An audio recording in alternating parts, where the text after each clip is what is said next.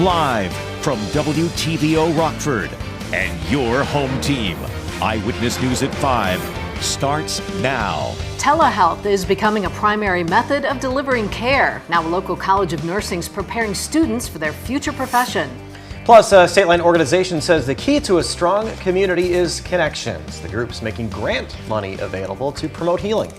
And local middle school students go outside and learn with their hands. Organizers say this annual project's a great way to help feed the community. Good evening, I'm Mimi Murphy. And I'm Eric Wilson. During the COVID-19 pandemic, telehealth became a primary way of delivering care. Many nurses were expected to use the technology without training. Taylor Castro learned about how a local nursing program's working to prepare students for this future. Taylor, the school made it part of their curriculum? Yes, they did. I watched students complete a simulation where they conducted a follow-up appointment via phone or video call. Instructors and students recognized that telehealth isn't going anywhere, and now is the time to adapt and prepare. Even when COVID was done, it was something that was certainly going to be here to stay. So our students need to be what we call practice ready to be able to provide care in this way.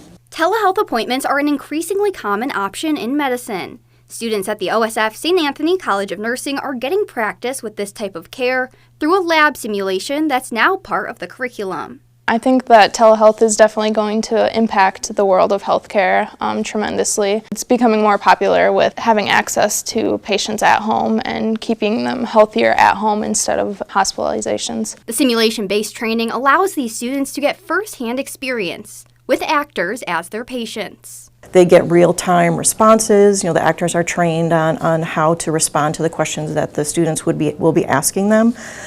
So then the students have to, in real time, react to whatever responses the patient actors are giving them. There are various medical scenarios. Some completed a mental health follow-up appointment for someone who had been hospitalized for depression and discharged. I think it went really well, a little nerve-wracking, but that's how it always is. Others conducted a surgical follow-up with a patient admitted for a seizure or stroke. It's crucial to be able to provide the same quality of care over the phone as they would in person. It's still really important as a nurse to make connections with a patient, and to do that over a screen or over the telephone is a little bit more difficult. So to be able to really provide comprehensive care, the practice in how to manage that without being in person has been a good experience for them. The next step is an interprofessional simulation where the nursing students will collaborate with UIC medical and pharmacy students. They will work together as a team to care for a patient via telehealth. Eric? Thanks, Taylor. 2 organizations want Stateline nonprofits to know there are millions of dollars available for investing in communities. YWCA Northwestern Illinois and the Field Foundation of Illinois took the day to inform organizations about the Healing Illinois initiative. The project provides more than $4 million in grant funding to regional not-for-profits. Resources will go to organizations supporting racial healing and equity work.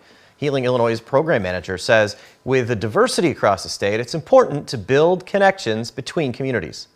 We know that building connectivity, building relationships across race, across ethnicity, to build more understanding, to build relationship with each other continues to be important, right? We want to make sure that, Chicagoans can relate to people in Rockford, that can relate to people in Northwestern Illinois, just as much as they can relate to the southernmost part of the state. Grant applications are due by December 1st. You can find a link to apply at mystateline.com. A local association honors several individuals who give back to the community. The Rockford chapter of the Association of Fundraising Professionals held their annual National Philanthropy Day event. It was themed around the art of giving. 6 different awards were handed out to community members who give back to the Four-City. Rockford's AFP chapter president says the celebration is to continue the effort of making Rockford beautiful. We have a Presidential Youth Service Award that we honored the Boylan High School art students won that one today, and we also had a young 8-year-old girl that took home the Future Philanthropist Award for her just endeavors in even opening a lemonade stand and raising money to help kids get to camp at our Rockford Park District. So she was super inspiring. The late Jody Deary was honored with the Outstanding Legacy Award. First firearm deer hunting season runs this weekend in Illinois, Friday the 17th through Sunday. If you're a hunter, the Department of Natural Resources reminds you to look for chronic wasting disease symptoms. CWD can cause brain damage in deer, elk, and moose. It can also cause them to lose a lot of weight. That means less meat.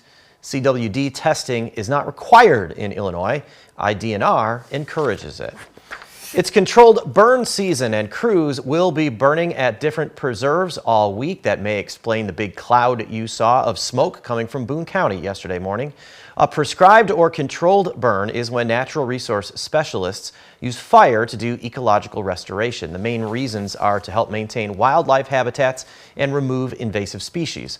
One specialist says it's important because wildlife doesn't like invasive species taking over their native habitat. And we're really taking in all the conditions. We're looking at wind speed, wind direction, humidity. We're putting all these into account before we burn. And fire is just in general good for restoration. Prescribed burns happen twice a year in the fall and spring. A bill to make state vehicles greener is waiting for the governor's signature. It passed out of the Senate during the veto session last week. Under the proposal, any passenger vehicle the state buys or leases must be a zero-emission vehicle or one that could be converted to zero emissions. I think it's good for Illinois to lead by example. As the senator from the only district that actually makes cars and trucks right now that are electric, I think it's also good that maybe we look to next spring or sometime in the future saying, shouldn't we give Illinois vehicles the first preference? The bill makes exceptions for law enforcement and emergency vehicles. The Illinois Department of Transportation is also exempt. Forest City students get the chance to learn about farming. Flynn middle schoolers harvested carrots at school. It's part of an agricultural program that takes unused land to grow crops. All the food from the event will be donated to food banks, sold to restaurants, or given to students to take home. Organizers say it's a great time for kids to get out of the classroom for hands-on learning. It's like an annual type of event. They're not out here every day or anything, but when they do get to come out here, it's always like a field trip. You know, it's a lot of fun for them. So, you know, getting them out, doing stuff with their hands, working with their friends. I mean, they goof around a little bit, but that's part of the fun too. So, you know, perfect weather. I mean, this is unheard of for November to be this warm. It's like, got to take advantage of it. The school hopes to expand the program in the future. We here at Eyewitness News want to recognize the remarkable women in our community. You can nominate someone who's made a tremendous difference in self-achievement, community contribution, or family impact. Go to mystateline.com, click on the Community tab, then the Remarkable Women button to submit the story of a remarkable woman in your life. You can also just scan the flow code on the screen with your cell phone. Stateline teachers pack a Rockford Event Center for an annual ceremony. Coming up, we'll hear from one nominee on his Golden Apple selection experience. And coming up at 6, a local coffee shop holds its monthly community conversation. We'll hear from their keynote speaker on the efforts being made to fight hunger in the region. Another 60-degree day as temperatures made it right to 60 this afternoon. That after starting off in the low 20s. Made quite the feat out there. We've got at least a couple more warm days ahead, but it does come with a small chance for rain as we see those temperatures come tumbling down. How cool it gets later this week, all in the first warn forecast a little later. You're watching Eyewitness News, your home team with Eric Wilson, Mimi Murphy, Scott Lever, and Chief Meteorologist Candace King. Local teachers come to Rockford University for an annual award process. The 2024 Golden Apple nominee reception's underway. Tom Lewis is live from Regents Hall. Tom, how's it going out there? Well, Mimi and Eric, you know well that this is an exciting process for the Golden Apple nominees. As you mentioned, the reception is underway.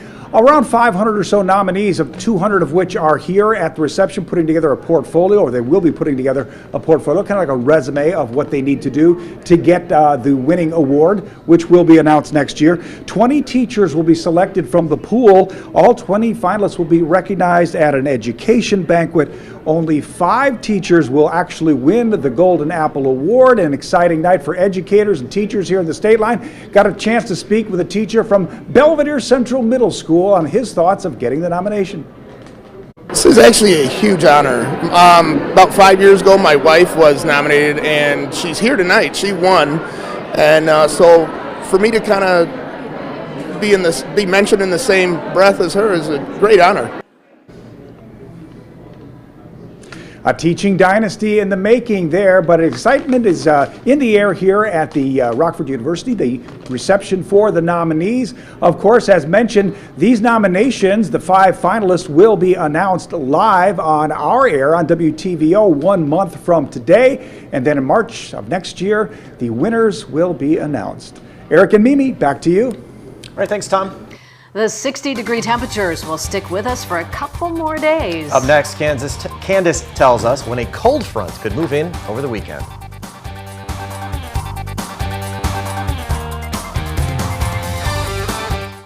Now, your first warned weather forecast from Chief Meteorologist Candace King.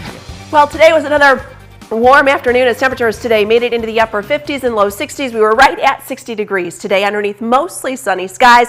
We'll continue with that clear sky here as we go through the rest of this evening, although we are starting to see a little more cloud cover kind of work in here, which will turn our skies partly to mostly cloudy for the next couple of hours before things clear out a little bit here as we go through the overnight tonight. Now that the sun has set, temperatures have dropped back into the 40s in some spots. You're 46 in Freeport, 45 right now in Rochelle, 52 here in Rockford, 50 in Belvedere, and 46 degrees in DeKalb. Our weather watcher Terry in Genoa, 57. Still lots of dry air. Dew point temperature sits at 30, and we've had a breezy southerly wind, now down around 10 miles per hour. As we go through the night, it won't be quite as chilly as what it's been the last couple of nights, where the numbers have fallen back into the 20s, but it will be another crisp one as we see a few clouds out there this evening. We'll drop down to 38 degrees as we hold on to that southerly wind at about 5 to 15 miles per hour. We continue with the 60-degree warmth tomorrow afternoon. Winds coming in from the southwest, at times gusting to 20 miles per hour. High temperatures will sit right around 64 degrees. So looks pretty good once again